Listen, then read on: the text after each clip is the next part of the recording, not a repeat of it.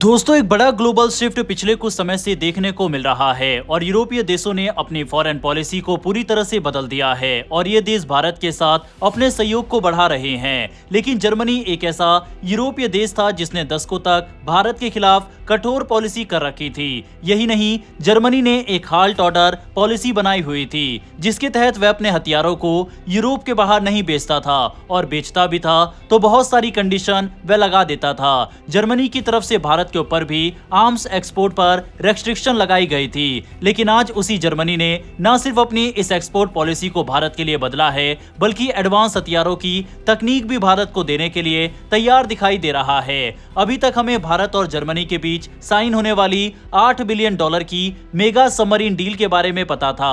वहीं भारत के foreign secretary Vikram Misri की तरफ से ये साफ कर दिया गया है कि इस डील की प्रोग्रेस काफी अच्छी चल रही है और जल्द ही ऑफिशियली ये डील साइन हो जाएगी। वहीं इस डील के तहत जर्मनी भारत को AIP तकनीक देने वाला है। लेकिन इस डील के अलावा अब एयरक्राफ्ट के क्षेत्र में भी जर्मनी ने भारत को बड़ा ऑफर दिया है और भारत का सपोर्ट किया है। दरअसल जर्मनी की सरकार इस समय भारत में एयरबस के लिए खुलकर समर्थन कर रही है। वजह है भारतीय वायुसेना का मीडियम ट्रांसपोर्ट एयरक्राफ्ट यानी MTA प्रोग्राम, जिसके तहत वायुसेना को 66 नए ट्रांसपोर्ट एयरक्राफ्ट चाहिए। इस टेंडर में एयरबस ने अपना A400M एटलस ऑफर किया है जिसे मीडियम और हैवी ट्रांसपोर्ट एयरक्राफ्ट के बीच की कड़ी के रूप में पेश किया जा रहा है। A400M को एयरबस एक स्ट्रेटेजिक एयर लिफ्टर के तौर पर देखता है जो भारत की बदलती सैन्य जरूरतों को पूरा कर सकता है। खास बात यह है कि एयरबस ने इस डील को आत्मनिर्भर भारत से जोड़ते हुए एक बहुत बड़ा लोकलाइजेशन प्लान भारत के सामने रखा है। सूत्रों के मुताबिक अगर भारतीय वायुसेना A400M को चुनती है तो एयरबस इसे कई चरणों में आगे बढ़ाते हुए 85% तक स्वदेशी कंटेंट भारत में तैयार करने का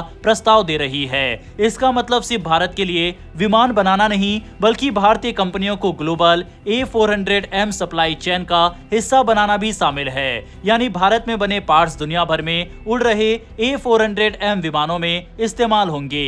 एयरबस का इंडस्ट्रियल पैकेज यहीं खत्म नहीं होता। कंपनी भारत में TP400D6 टर्बोप्रैप इंजन के लिए मेंटेनेंस, रिपेयर और ओवरहॉल यानी MRO फैसिलिटी भी स्थापित करने की पेशकश कर रही है। ये इंजन दुनिया का सबसे ताकतवर टर्बोप्रैप इंजन माना जाता है। अगर ये MRO भारत में बनता है तो देश एक रीजनल इंजन सर्विस हब बन सकता है और भारतीय वायुसेना की ऑपरेशनल लागत भी काफी कम होगी।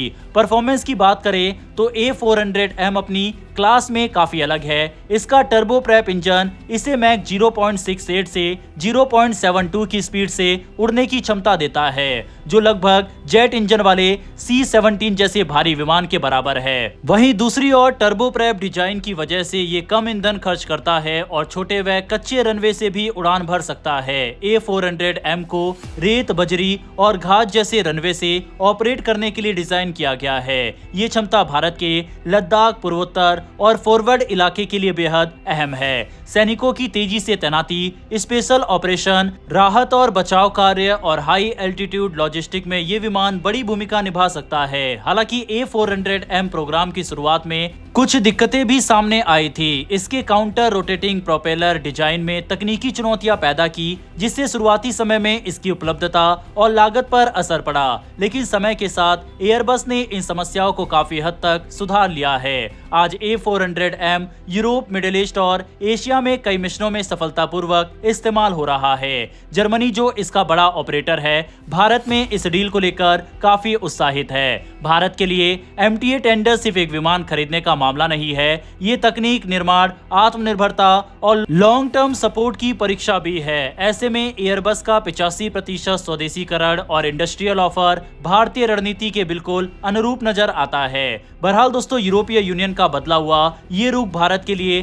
काफी फायदेमंद साबित हो सकता है। ऑलरेडी फ्रांस के साथ भारत के मजबूत डिफेंस रिलेशन है और अब जर्मनी भी अपने अत्याधुनिक हथियार भारत को देने के लिए तैयार दिखाई दे रहा है, जिसको लेकर कई डील पर बातचीत अब एडवांस स्टेज पर पहुंच चुकी है। वहीं जर्मनी के चांसलर के बाद अब फ्रांस के राष्ट्रपति भी भारत दौरे पर आ रहे हैं। इसके अलावा यूरोपीय यूनियन की कमिश्नर और चीफ भी भारत के दौरे पर आ रहे हैं, जहां पर और भी कई बड़ी मेगा डील भारत और यूरोपीय यूनियन के साथ साइन हो सकती है। बहरहाल दोस्तों, यूरोपीय यूनियन की इस बदली हुई फॉरेन पॉलिसी के बारे में अपनी राय कमेंट बॉक्स में लिखकर बताइएगा। आने वाले समय में और भी कई बड़ी डेवलपमेंट इस विषय पर होने वाली है, जिस पर हम वीडियो लेकर आ जाएंगे। फिलहाल इस वीडियो में इतना ही, फिर मिलेंगे ऐसी एक नई वीडियो के साथ। धन्यवाद। जय हिंद, जय भारत।